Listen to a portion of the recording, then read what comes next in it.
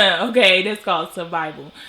So, plan out the activities, ask everybody what they want to do to keep all the work at the same level for the most part. Come see you on a Saturday. Let's talk about it, okay? So, first, what is a staff outing? Usually, staff outings are after hour social events for the staff. Even though Patterns is actually kind of loud. Even though, hey y'all, welcome back or welcome to Childcare Unlocked podcast, where we talk about all things education from childcare to college. I am your host, Amira Mone, and today we are going to be talking about basically the elephant in the room, the government shutdown. Okay, the government shutdown, because first of all, the government shutdown is affecting a lot of people, and a lot of the people, mainly the low income people, so like your average Joe, because it's shutting down, the food stamps and the Medicaid and all the government assistance. But it's also affecting the educators, okay? Educators of all levels, specifically the people that are in your daycare centers for early childhood education. So, like for YMCA, Boys and Girls Club, the daycares, like I said, and then it is affecting public schools and regular schools as well because of the free lunch program, but not as much as those lower on the lower level for education. So I want to talk about it. I want to talk about it because I know personally the center that I work at is being affected, and I want to know how everybody else is being affected, especially the public schools. Like, how are y'all being affected? I know the free lunch program, but what else is affected in the public schools due to the government shutdown? Because I'm like, look, teachers was already struggling. We don't need another level, another layer of stuff to be struggling on top of that. So I was just like, good Lord, teachers just can't get a break. Teachers can't get a break, but we help build nations out here. But it's all right. It's all right. So even if the government was to open back up, it wouldn't matter. It wouldn't matter because the president was already shutting down education in general. So he was already defunding the Department of Education. He shut down PBS Kids. I don't even know what PBS Kids do to him. I have no clue. But he shut down PBS Kids. He was already taking away Medicaid and Social Security and all the things, right? So whether the government shut down or not, education was always going to be affected. So I want to know if y'all have a second backup plan or already have a second job so you're not really stressing it. Like, I want to know how my teachers are feeling in this time, because I know for the ones that it was their main job,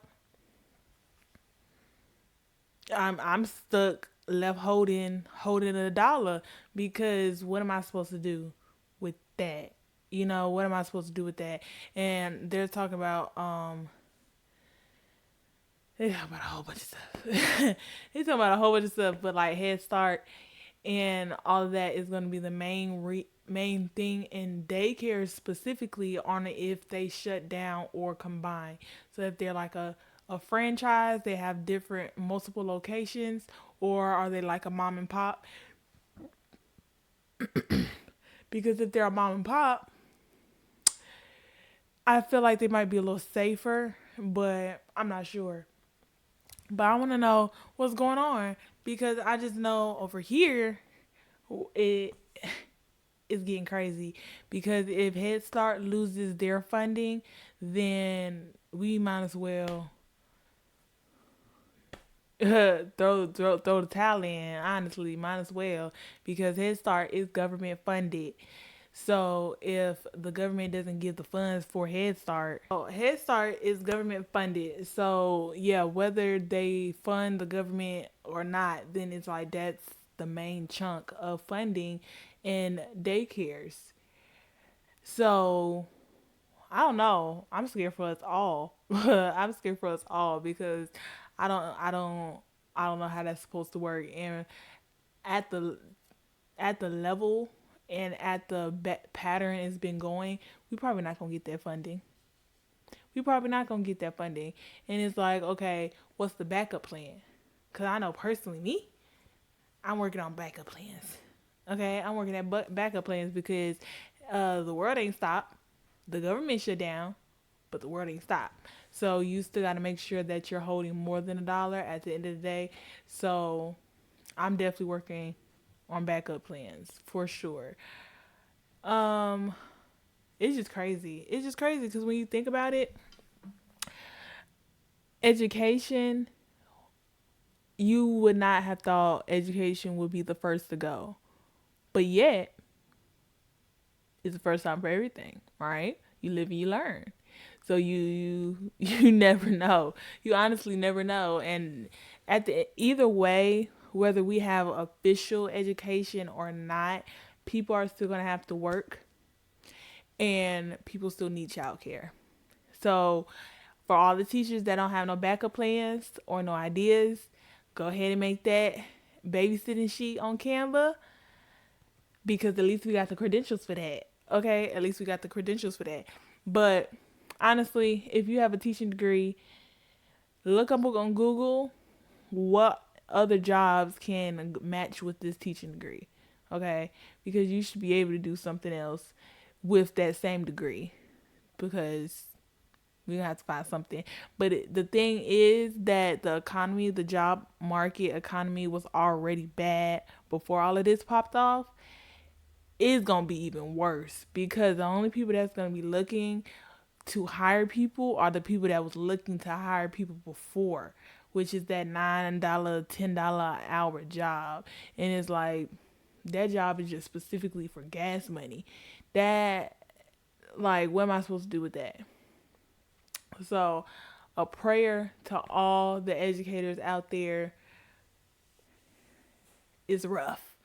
Okay, it's rough because it I it's rough. I hope that everybody finds something else to do if they need to. I hope that everybody just is able to provide for themselves and their families, because at this point, I was talking to my coworkers. I was like, it might have to be a dun dun dun dun dun dun dun dun. Dun. If you know, you know. Yeah, but yeah, the government shutdown is hitting quick. Okay, it's hitting quick, and it's hitting more of the low income families than anybody, I feel like.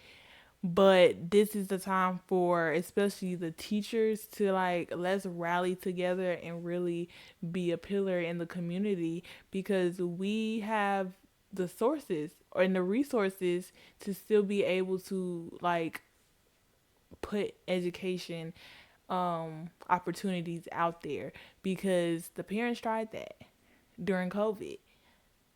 They was ready to send them back to school, right. So let's put times 10 on our abilities that is already there, and try to maximize on that, because we just gotta keep it moving, and we gotta keep spreading awareness of the importance of education and Head Start, and the free lunch service and all of that, because the free lunch service, the Black Panther started. So it's like it's just I'm not even going I'm not gonna say too much of, like, go down a history lesson, but yes, pray for our educators. out there and pray for our parents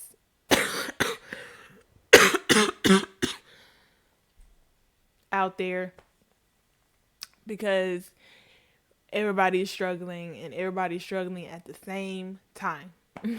At the same time. So,